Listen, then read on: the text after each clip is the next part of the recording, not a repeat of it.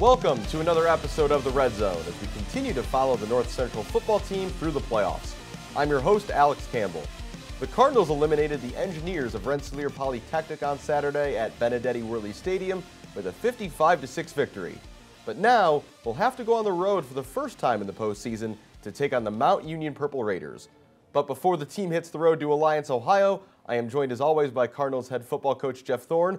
Coach, thanks for being here as always, particularly this week on a strange week. Yeah, good to be here, Alex. So, earlier this week, we all see the news that you guys are heading to Mount Union. What was your initial reaction, and then what was your message to the players when you were able to meet with them? Initial reaction, it is what it is. We're going to play a football game, whether it's here, whether it's there. We're playing a semifinal game, and the messaging to the team is, guys, what an opportunity. We get to go on the road and really test our mettle again and show what we're made of. I think being on the road, there's some things you can really take advantage of. You're by yourself, you're with your group, there's no distractions.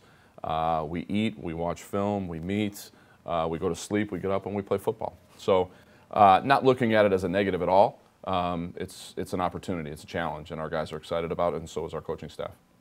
Looking back to this past week for a moment, you guys take care of RPI 55-6. It felt like a really efficient, methodical performance from your team. What were kind of your high-level takeaways from that game and how your team executed? I would agree with that. I thought we played pretty well. Left a couple things maybe out there in the first half, but our offensive line again established itself. Our defense played very, very well, and special teams was really solid. Blocked a couple kicks, and anytime you do that, that increases your odds of winning. So we're looking for that to continue, and that's what we're working towards this week in practice. Want to focus on a couple individual players. First, D'Angelo Roberson, who we talked about on the show when he was a guest earlier this season. He gets his team-leading fourth interception. It's a pick six. It's kind of the cherry on top of that win. A guy who doesn't start a lot, but, man, seems to kind of like Terrence Hill on the offensive side of the ball, really sees every opportunity he's given. How important to the team's success are players like D'Angelo, who might not get a lot of opportunities but are always 110% when given the chance? Yeah, I'd say that's the secret to any great team are the unsung heroes. And you can look at our 2019 team and the number of seniors that were special teams players exclusively. They're really the lifeblood of the team because guys can look at them and say, wow, those guys are embracing a role that isn't what so many people think about as, yeah, I'm a starter. Well, we consider those guys starters. D'Angelo in our system, he may not start on defense in our 11, but he's in all of our dime and nickel packages. He's on a ton of special teams. He's an extremely integral part of this football program, and he's done such a great job embracing that role. And that was exciting to see him not just get the interception, but go ahead and take it to the end zone too. I was thrilled for him. Another player I want to make sure we touch on this week, and we talked about him a lot this season. It's understandable that we have Andrew Kaminsky, a semifinalist for the Ghilardi Trophy, which was, of course, most recently won by Brock Rutter back in 2019. What's kind of your case for Andrew to take it home, and what would it mean to you to see that trophy stay here in Naperville for another year? Yeah, there's nobody more deserving, honestly. I mean, he's such an incredible player, but he's one of the best players that's ever played here, one of my all-time favorite players to coach. I've got a unique relationship, a great relationship with Andrew, and he's a throwback. He's a guy from the 1970s and 1980s. You don't find guys like him very often anymore. He's the toughest kid that I've ever coached, both mentally and physically. His production speaks for itself. And just as a teammate and as a human being, that you don't find better people than Andrew, and how he's embraced being a leader. His numbers this year aren't as gaudy as they were a year ago because our offense is a little bit different. But you never see Andrew pout about it, worry about it. It's just what are we doing next? What's the next play? And how can I help us win? How can I help our younger players grow? That's the kind of player that should win an award like that. That's what Brock was, and Andrew's the same, and he's more deserving than anybody that I can imagine. Speaking of Andrew's gaudy numbers back in 2019, looking at the Mount Union game this weekend, it's hard to not just immediately think back to that trip you guys made there in 2019. Reading the stats over, it's still just ridiculous to just see those numbers lined up. Over 200 yards receiving for Andrew, over 500 yards passing for both quarterbacks in that game. How much of a topic of conversation this week has that game been, and how do you hope you and the team can draw on that experience going into this weekend? Really hasn't been much of the conversation at all, other than the fact that, hey, we've been there before, guys. It's not as if we're going someplace where we haven't played well. And you can go all the way back to 2013. We played very well, and that game went down to the wire. We lost 41-40. So they're a great program. It's a great team. They're the measuring stick in Division III. It's really who we aspire to be someday. So getting this opportunity is exactly what you need to do to prove that you belong in that same conversation. So again, I go back to the idea that it's a challenge and it's a great opportunity. During the post-game press conference after the win this past weekend, you made a pretty passionate plea for the entire city of Naperville to come out to the game, thinking it was probably going to be here. The game's in Alliance, Ohio, but does that request to the city of Naperville stand? Sure. Anybody that wants to make the trip, it's just hop on I-80 and head west or head east. You'll run right into it. Sounds good. I will be making that trip. Looking forward to seeing the team and a lot of North Central fans out there. Coach, thanks as always for taking the time, and good luck this weekend. Thanks, Alex. Opportunity is everywhere. It is in everything and within everyone. Your opportunity is at the center of all that we do, so that you can exceed your personal best.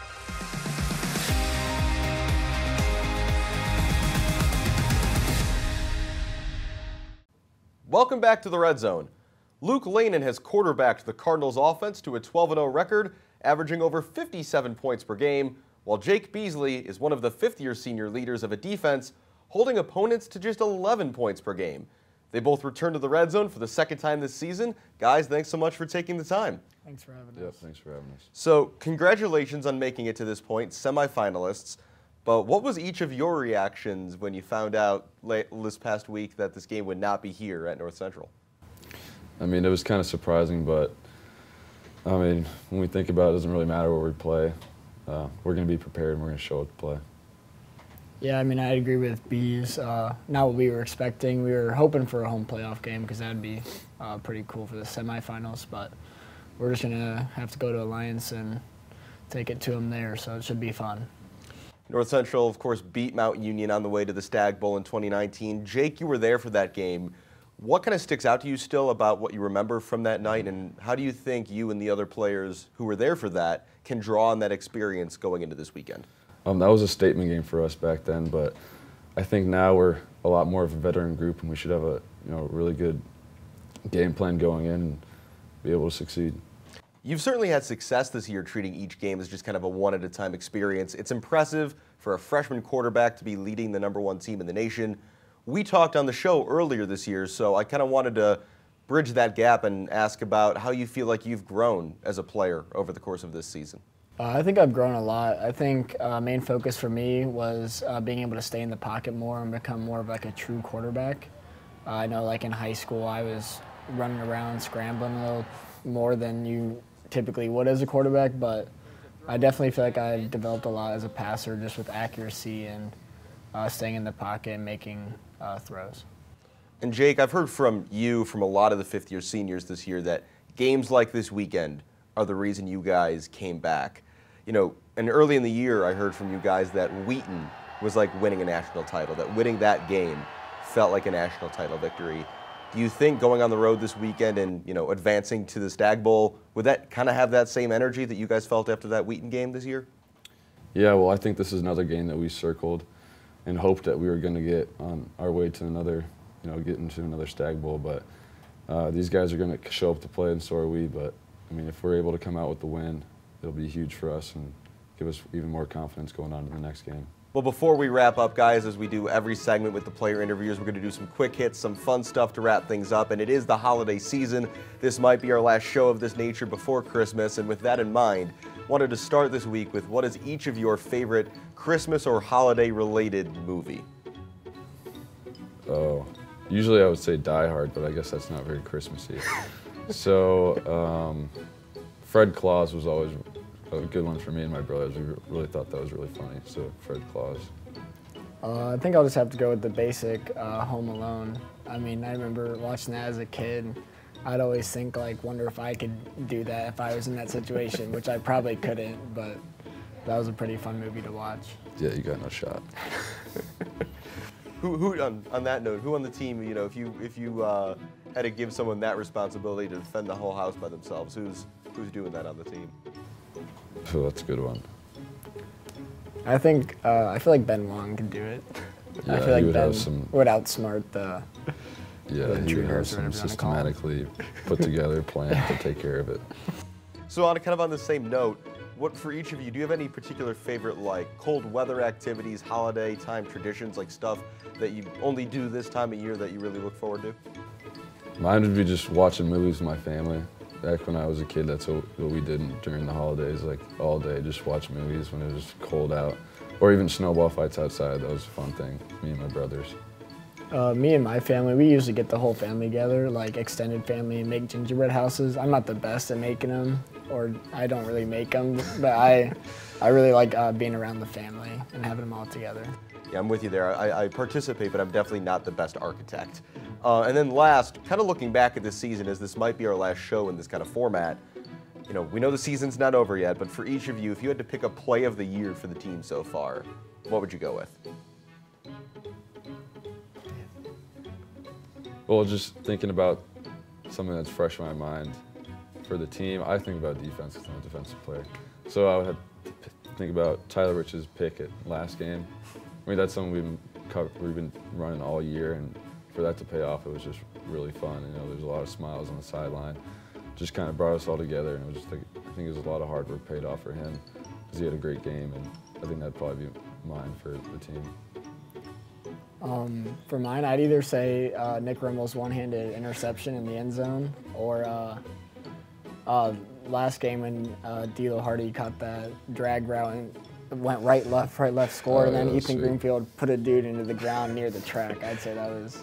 Yeah, D'Lo's had a couple of those. It was just like, you don't see how he's going to get in the end zone, and he finds a way. And I was honestly slightly disappointed. Thought we were getting a big man touchdown. That Yeah, close. No, that would have been sweet. Well, guys, thanks so much for taking all the time. Safe travels this week, and hopefully I'll see you in Canton this time next week. Yep, thanks for having us. Thank you. After the break, we continue last week's series of catching up with the many other North Central fall sports.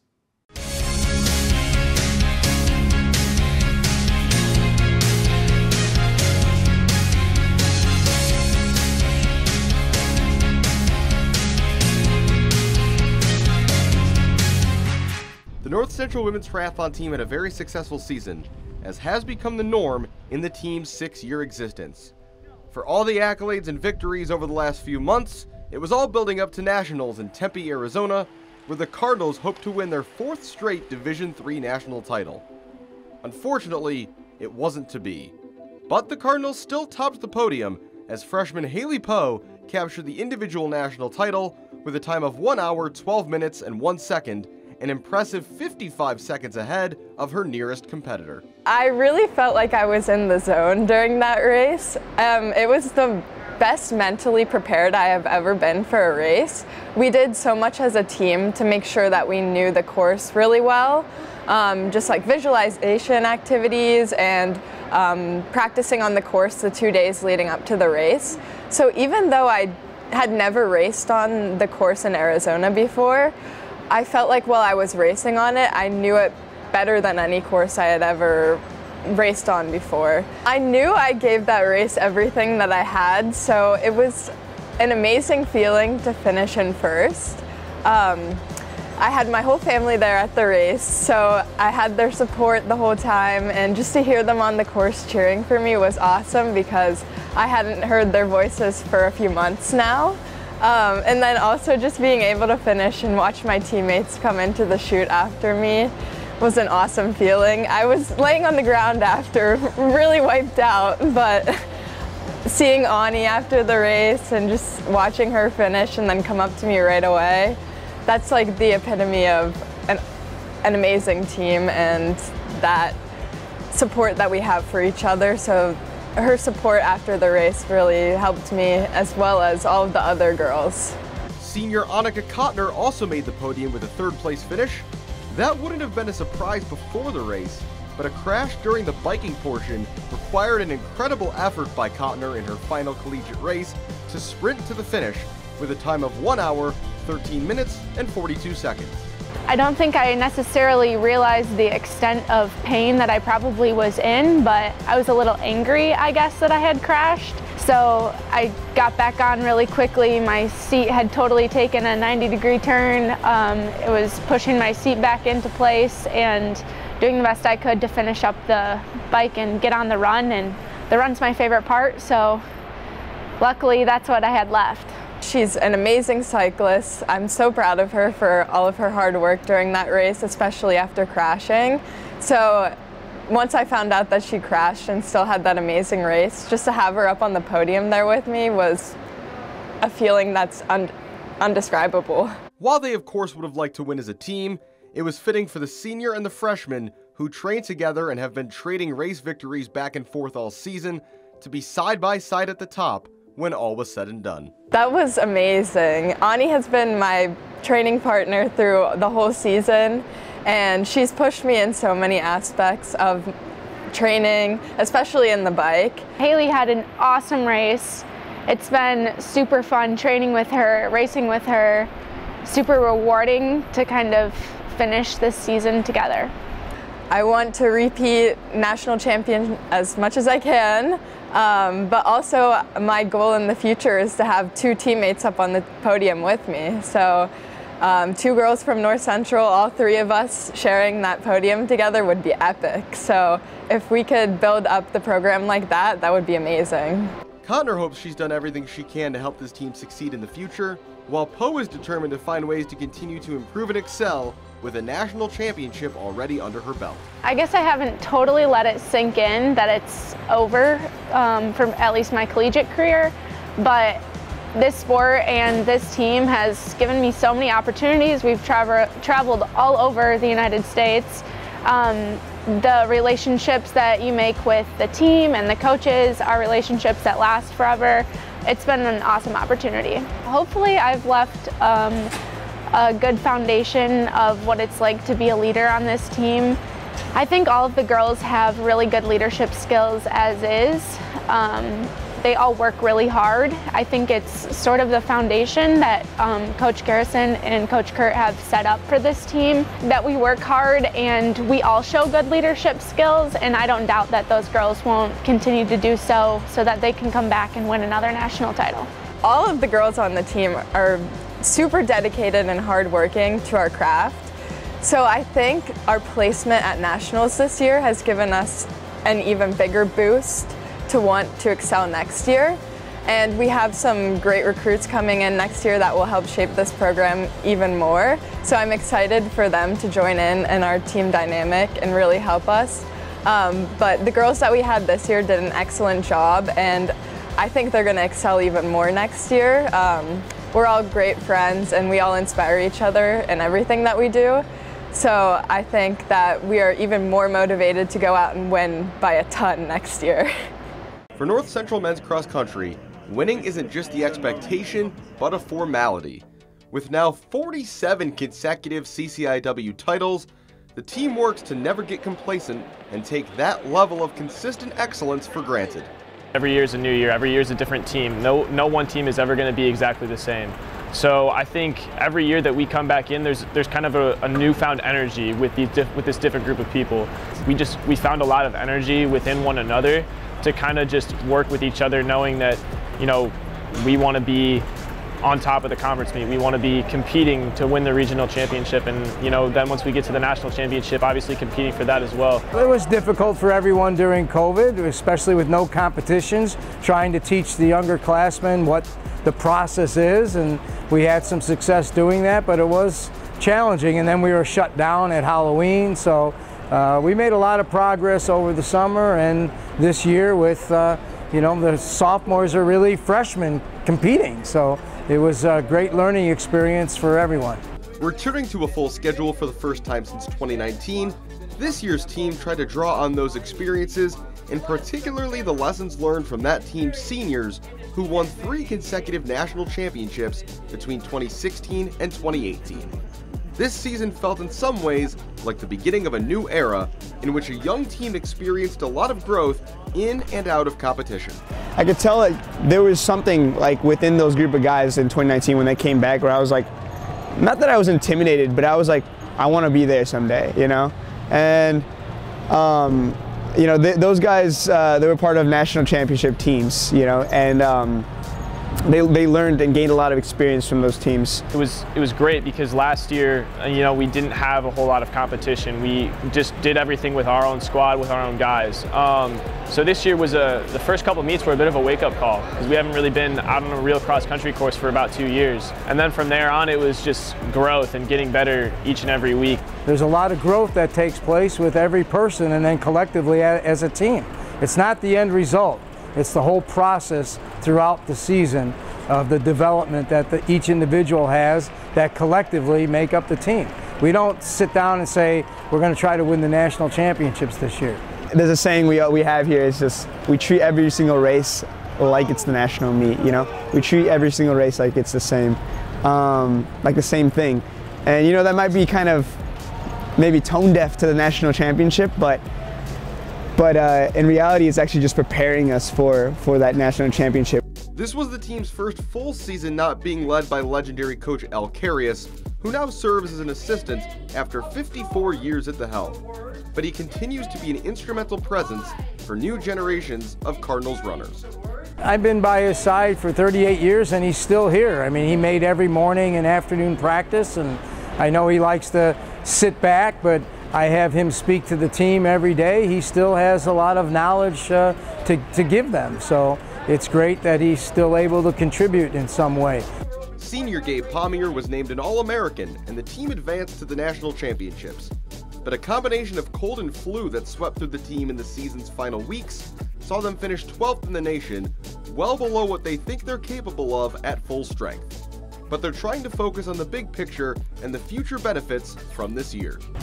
It's a team of growth, of understanding, and of just really, I think really just enjoying each other, tapping into that love, you know. This season was all about that, and I'm really grateful for this year's team, regardless of the outcome.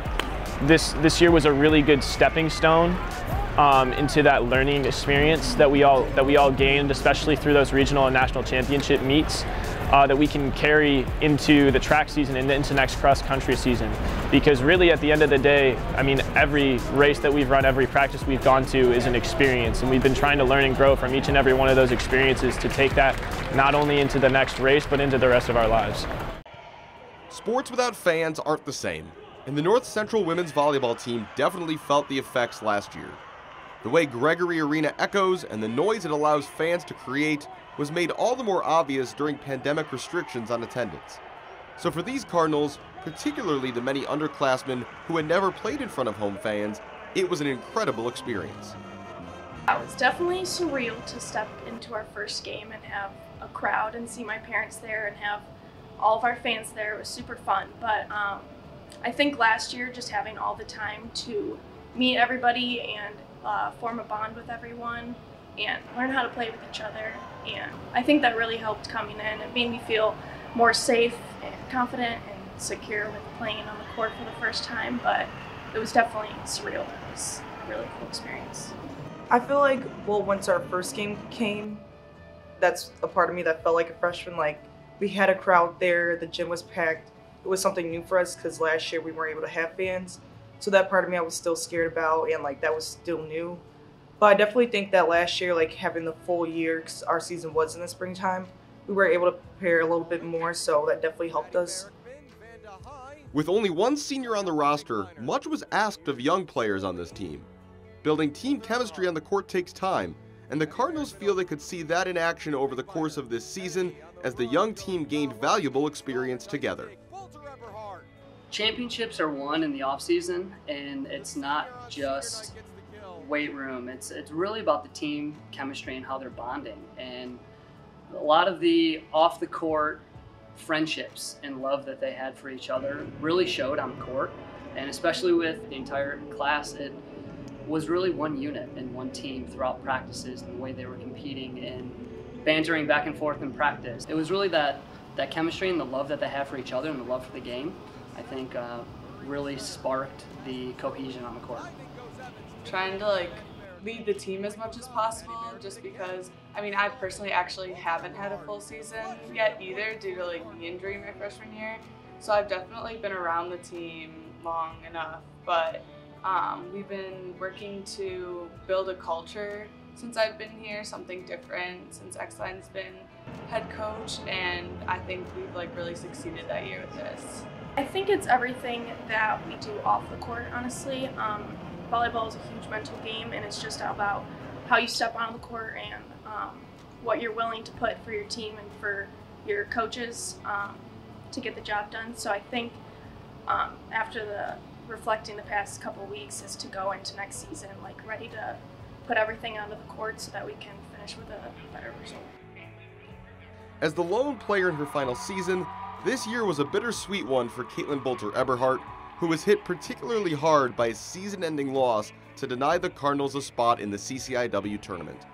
But she's been impressed by how far her young teammates have come over the last year and hopes her impact will contribute to future success. It's kind of a little hard love, I'd say. I was really disappointed, honestly. I mean, like I said, this team has so much potential and like everyone can see it. And I just know that there's like such a long road ahead of them for them to just become the best they can be. And I know they can get there. So that was kind of my parting note with the team. There was a lot of disappointment at the end of the season, but then we were able to take time and reflect and really look at what the women built within the culture. We as a coaching staff, right, we have very high standards for the women, and they believed in that vision, and they showed more disappointment than the coaches because they know what that standard needs to be, and they want to achieve that, and they want to achieve that for themselves and then from their teammates. The difficult end of the season will definitely serve as motivation, and by the time this roster are mostly upperclassmen, they will have more college experience and time playing together than most of their peers. Boulter Eberhardt and X-Line can both see the promise of this team's future, and they're emphasizing that rather than the way the season ended. The difficulties of this year, combined with all the valuable lessons and growth of those experiences, might be the recipe for success going forward. So definitely what stuck with me is how we ended the season and how I know we had so much potential and it didn't show, obviously, by how we ended. So going next year, I definitely want to make sure that we use our full potential, and I know we could go a lot farther in like the tournament and like at least make it to the tournament. So definitely making sure that we're like pushing each other each game, every practice, off season, and I know it'll all show once the next season comes. The number one word I can use is like there's so much potential with this team. There's so many talented girls, and they still obviously have so much time to grow. I mean, a lot of them have another 2-3 years that they have to get under their belt. But I mean, under experience is the only way they can learn. So I think what we saw this year was like phenomenal, but it can only get better from here. I was extremely proud of the steps that they took and the way they competed. We didn't get blown out in sets. We didn't get blown out in matches. We were taking sets off nationally ranked opponents. We had opportunities to win those matches, and they have that fight, they have that drive, and I was extremely proud, and our entire staff was extremely proud of the way they competed and never stopped. That will do it for this edition of the Red Zone, the last full-length show we have planned for this season. But if the North Central football team does advance to the Division III National Championship, keep an eye out for plenty of content from Canton, Ohio. Thank you to Coach Jeff Thorne and the players who have taken time to be guests, and North Central Sports Information Director Clark Tuscher for making this show possible. And a huge thank you from me to everyone who has contributed this season, to Kevin Jackman for his guidance, to Carl Schultz and Roy Kellerman for their technical support, to Justin Cornwell, Hannah Allen, and Josiah Schooneman behind the scenes, and to Liz Spencer for this opportunity. I've really enjoyed it, and hopefully I'll see you in Canton next week. For not just this week, but all season, thanks so much for watching.